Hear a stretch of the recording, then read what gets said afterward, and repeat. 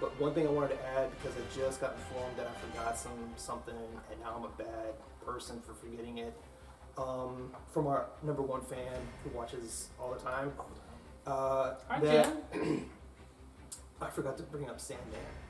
And Sandman 2022, something that I was looking forward to the entire time, completely sweated about it. The one scene that I really wanted to see, they hit it out of the park with Karanzan, and it became a duel between Dream, and I want you to watch the show to find out. So please watch that show. I know it's been approved for a second season. But it did get approved. Yeah. I know they were worried because of how expensive it was. But Netflix is a little bitch about the shows, so I need everyone to rewatch the shit out of it at least 5 times, because it's on repeat on my thing. That's why I forgot all about it, because it's just something I do. And so. Did you have a favorite episode? Because I did. Which one was yours? I'm curious. My favorite was the episode where the death was in. That story. That was really good. Yeah. So that was my favorite one. That episode for that issue was the story where Neil said that he found, because when you become a fan of Sandman, you get to refer to him by his first name. Okay. Yeah. So Neil said that issue number 8 was where he found the voice for Sandman for the whole series, for the rest of the series. He wanted to do a bunch of short stories, pretty much, that had like one story throughout.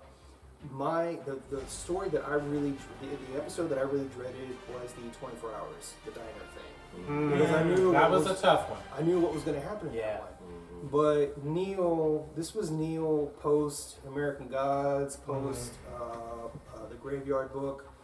And so he's like Jedi Knight, level, now versus, just being Padawan when he was doing Sandman before.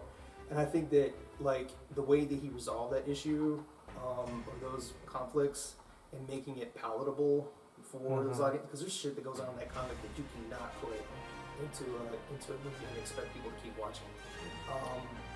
And so he got around that by fixing some themes. It was really tight. So I'm not gonna say it was my favorite thing, but for personal reasons, the duel in hell was, the whole thing about hope. You're starting to give it away, man. You said you were going to make people watch it to find out. You know what? He didn't say anything else about it, so it's okay. So it's great. There is one thing, I love the show, but there is one thing, and I guess we can move on after this, but there is one thing that kind of creeped me out a little bit, or I don't even know if those are the right words, but the whole serial killer kind of thing at the end, the conference, the convention. That was just weird to me. The serial convention. You know something like that goes on, man. You know something like that goes on.